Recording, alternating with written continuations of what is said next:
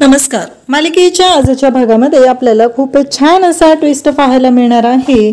आपला सूर्यदादा हा चिडलेला आहे, तो म्हणजे तुळजावरती. कारण सूर्याला प्रश्न पडलेला असतो की मी काय करू, नक्की कोणाची बाजू घेऊ. इकडं डॅडी नाराज होत आहेत आणि इकडे सूर्या नाराज, ते आपली तुळजा नाराज होत आहे. मी नक्की काय करू हा प्रश्न पडलेला असतो तो म्हणजे सूर्याला. आता ते तुळजा घरी आलेली असते आणि तुळजा नाराज असते. तेव्हा सगळेजण तिला बोलू लागतात की अगं वहिनी, तुम्ही तर दोघं गेला होता आणि तू एकटी कशी परत आलेली आहे. असं बोलल्यानंतर तुळजा म्हणत असते नाही तसं नाहीये. तेव्हा तेजू, राजू, त्याचबरोबर धनू सगळेजण विचारू लागतात. तेव्हा मात्र तुळजा शांतच असते, ती काहीच बोलत नाही. आणि त्याचबरोबर इकडे तुळजा शांत आहे आणि मग लगेचच तिला राजू म्हणू लागते की वहिनी काय झालंय, नक्की काय प्रॉब्लेम होता, आम्हाला कळू तरी दे. नक्की कशामुळे तू एवढी नाराज झालेली आहे हे आम्हाला कळलं पाहिजे, असं तिचं म्हणणं असतं. त्यावरती तुळजा म्हणत असते की काही नाही. मग तुम्ही कुठे गेला होता, कारण तुम्ही तर फिरायला गेला नव्हता हे आम्हाला माहिती आहे. जर तुम्ही फिरायला गेला असता तर तुझा मूड असा नसला असता. हे तुळजाला सगळेजण बोलत असतात. मग ते तुळजा सांगू लागते आम्ही ना आपल्या तेजूकडे गेलो होतो, कारण आम्हाला कळलं की तेजूने राजीनामा दिलेला आहे. आम्हाला खरंच खूप वाईट वाटलं, कारण तेजूने असं करणं शक्यच नाही हे आम्हाला माहिती होतं आणि म्हणून आम्ही तिथे गेलो. तर सगळेजण म्हणत असतात की जाऊ दे ना, तेजू अक्काला वाटतंय ना तिला नको आहे नोकरी, तिला संसार करायचा आहे, ठीक आहे ना, तुम्ही दोघं कशाला नाराज होता, असं ह्या बाकीच्या तिला समजवत असतात. त्याचवेळी आपल्याला पाहायला मिळतं की तिथे सर येतात. सर आलेले असतात तेव्हा सगळ्याजणी खुश होतात आणि सरांना सांगू लागतात की काय झालं. तेव्हा सर म्हणतात की मी तुम्हालाच भेटायला आलेलो आहे. तुळजाला का भेटायला आलेला आहे हा प्रश्न जेव्हा विचारला जातो तेव्हा ते सांगतात की उद्या ना आमच्या शाळेमध्ये वर्धापन दिन साजरा होणार आहे 25वा, आणि त्यासाठी मी तुम्हाला निमंत्रण द्यायला आलेलं आहे. आणि तुळजा, तू कसं आहे की शाळेची माझी विद्यार्थिनी आहे, त्याचबरोबर गोल्ड मेडलिस्ट आहे. आमची अशी इच्छा आहे की तू या कार्यक्रमाला यावंस, असं ते बोलत असतात. आणि त्याचबरोबर म्हणतात की प्रमुख पाहुणे म्हणून तुला आम्ही आमंत्रित करत आहोत. हे जेव्हा बोललं जातं तेव्हा मात्र सगळ्यांनाच धक्का बसलेला असतो. सगळेच खुश झालेले असतात, कारण तुळजालाही खूप आनंद झालेला असतो. पहिल्यांदाच ही गोष्ट घडत असते, ती म्हणजे गावामध्ये डॅडींना सोडून कुणाला तरी प्रमुख पाहुणे म्हणून या कार्यक्रमासाठी बोलवलं जात असतं. इकडे सूर्या विचार करत असतो. सूर्या म्हणत असतो की मी नक्की काय करू, मी कोणाची बाजू घेऊ, मी नक्की कशा पद्धतीनं बोलू हा प्रश्न त्याला पडलेला असतो. आणि तो म्हणत असतो की मला कळतच नाहीये की मी कोणाच्या बाजूने बोलायचं आहे, कशा पद्धतीनं बोलायचं आहे. एकीकडे डॅडी आहेत आणि दुसरीकडे तुळजा आहे.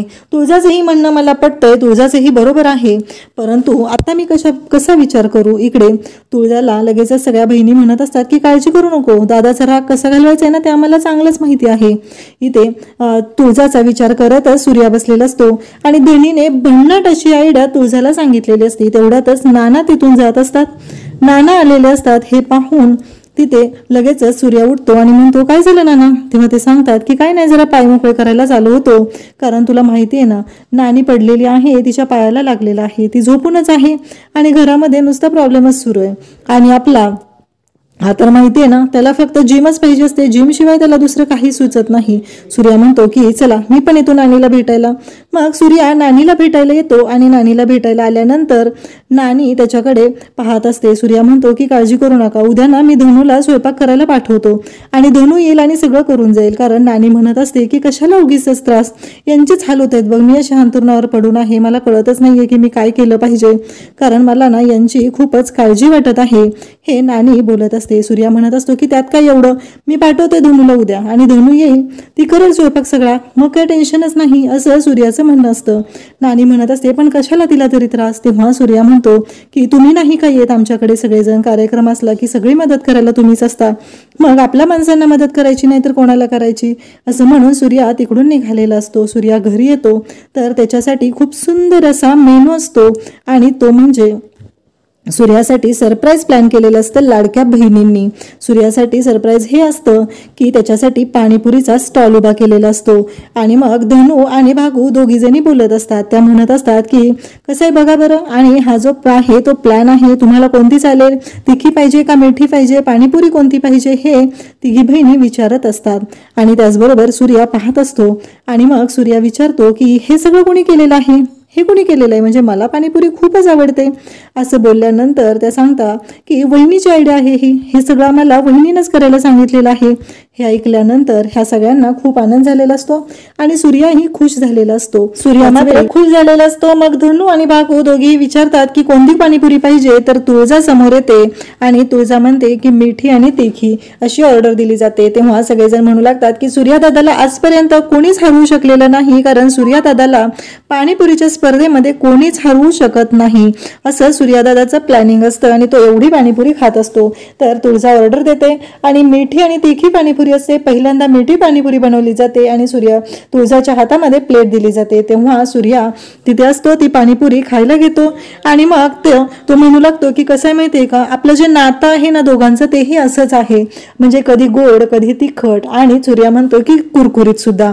दोघंही खुश झालेले असतात आणि एका क्षणात सूर्याचा राग निघून गेलेला असतो. सूर्या म्हणत असतो की तुळजा मला माफ कर, मी मगाशी ना जरा जास्तच बोललो तुला. तेव्हा तुळजा पण इकडे माफी मागू लागते आणि त्याचबरोबर या सगळ्याजणी म्हणतात की ठीक आहे, आज जर वहिनी हरवणार असेल दादाला तर पाणीपुरीची स्पर्धा ठेवलीच पाहिजे.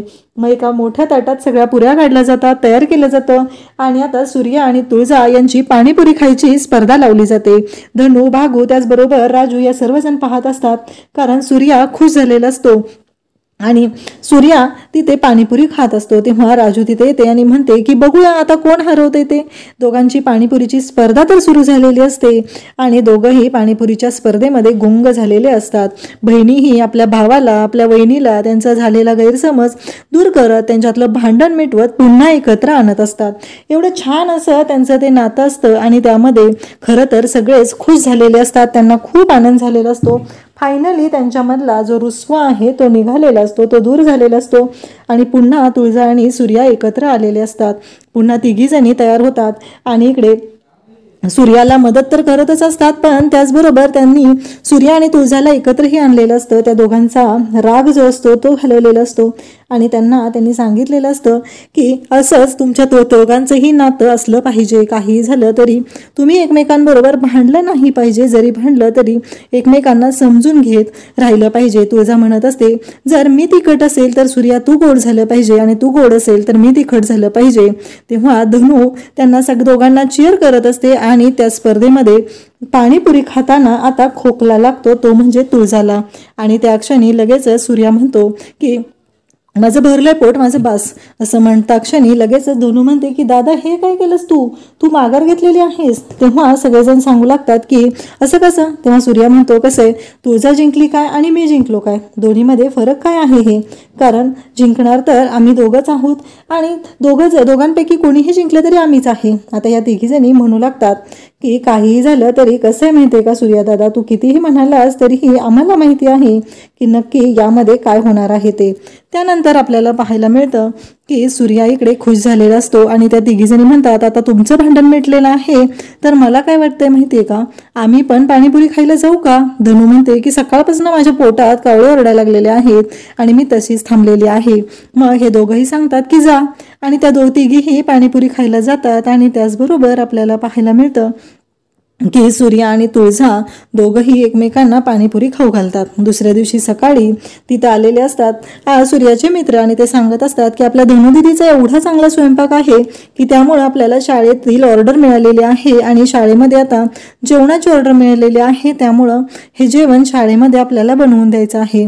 तेव्हा राजू मात्र खुश होते, कारण राजू ज्या पद्धतीनं जेवण बनवत असते ते इतकं भन्नाट असतं आणि ते मात्र सगळ्यांनाच आवडत असतं. राजू खुश झालेली असते, त्याचबरोबर सगळे खुश झालेले असतात. राजू त्यातला काही ॲडव्हान्स मधले पैसे आहे त्या दोघांना देते आणि त्यांना सांगू लागते की काहीही झालं तरीही ही जी ऑर्डर आहे ती आपली सक्सेस झालीच पाहिजे.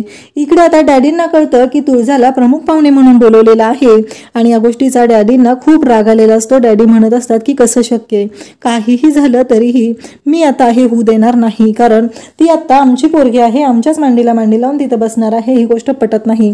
आजपर्यंत गावात कोणताही कार्यक्रम असा झाला नव्हता की जिथे मी प्रमुख पाहुणे सोडून दुसरं कोणाला तरी बोलवलेलं आहे. अगदी बारशापासून लग्नापर्यंत, सत्कारापासून सगळं सगळ्यापर्यंत मीच प्रमुख पाहुणे असत होतो आणि असं अचानक काय घडलेलं आहे. इकडे तुळजा छान तयार झालेली असते. सूर्या तिथं आलेला असतो आणि गुलाबाचं फूल तुळजाच्या केसात माळत असतो. सगळेजण तुळजाला तो मान मिळालेला आहे म्हणून खुश असतो आणि इकडे डॅडींना राग येत असतो, कारण तुळजा ही निंबाळकर नाव लावत नाही तर ती जगताप नाव लावत आहे. या गोष्टीमुळेच त्यांना खरं तर खूप राग आलेला असतो. त्याच नंतर आपल्याला पाहायला मिळतं की सूर्या तुळजाच्या केसामध्ये गुलाबाचं फूल माळतो आणि म्हणतो की आता माझी बायको सुंदर दिसत आहे. तेव्हा तुळजा म्हणते की सूर्या, तू माझ्याबरोबर असलास तर मी सुंदरच असते. अशाच अपडेटसाठी चॅनलला सबस्क्राईब करा. थँक्यू.